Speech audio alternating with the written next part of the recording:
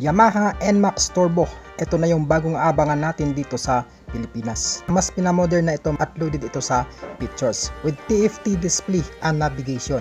May traction control system at equipped din ito ng Y-Connect. So naka Blue Core technology din ang motor na to. At may safety features na dual channel ABS pagdating sa braking system. So makakaasa ka na napakaganda ng stopping power at naka full LED lights na lahat with projector headlights lamp. Mas sinasagad na talaga ni Yamaha ang pag-upgrade nila dito sa bagong NMAX 155 nila na turbo na model 2024. So ito na ang pinakabagong aabangan natin ngayon. Aalamin din natin kung magkano ang price ng motor na to.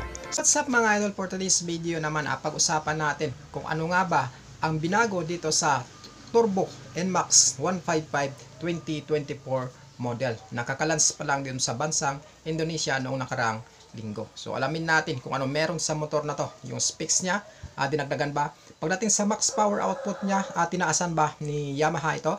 Pagdating sa max torque niya, tumaas ba ang torque ng motor na to? Alamin din natin kung may dinagdag dito sa features niya.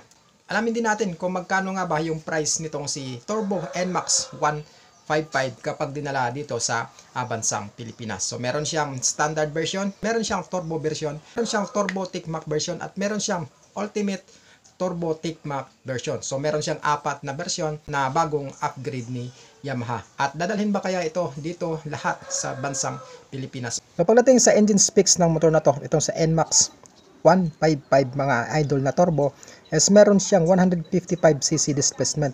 Ito ay 4 stroke, ito ay 4 valves, single cylinder, single overhead cam, at ito ay naka electronic CVT engine na siya.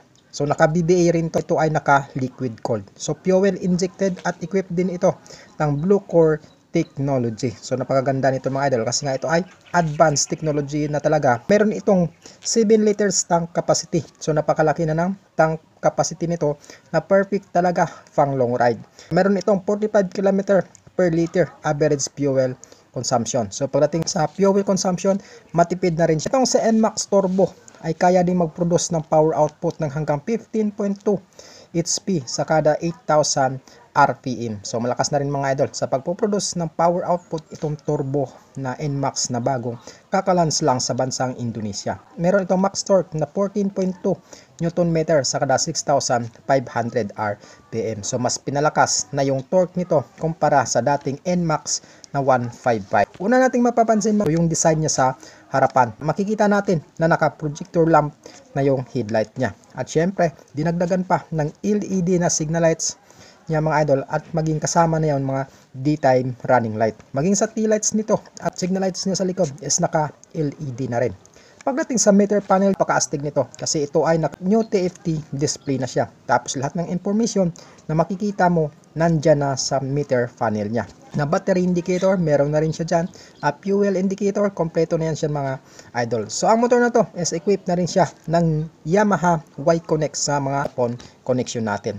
Sa switches na naman mga idol, sa bandang kaliwa, nandyan natin makikita yung buttons ng turbo switch na meron siyang selection or pwede kang pumili ng low, medium, saka high kung gusto mong palakasin ang makina mo. Equipped na rin to ng keyless system mga idol na may answer back at syempre meron na rin siyang alarm. So equipped din siya ng Type-C USB charging port. So napakaganda ng motor na to. Ito, napakaraming features na nilagay dito sa motor na to. O meron din itong 25 liters under seat storage na capacity na pwede mong paglagyan ng mga gamit mo kung sakasakaling mag long ride ka.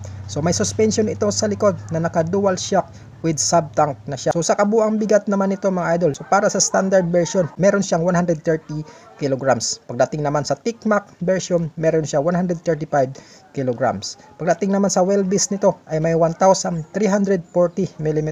At pagdating naman sa ground clearance niya is meron siyang 135 mm. Pagdating naman sa seat height naman niya is umaabot siya ng 770 mm. Para naman sa presyo nito mga idol, pag dinala dito sa bansang Pilipinas, para sa standard version ay umaabot siya ng 121,300 pesos. Para naman dun sa turbo version na meron siyang 135,900.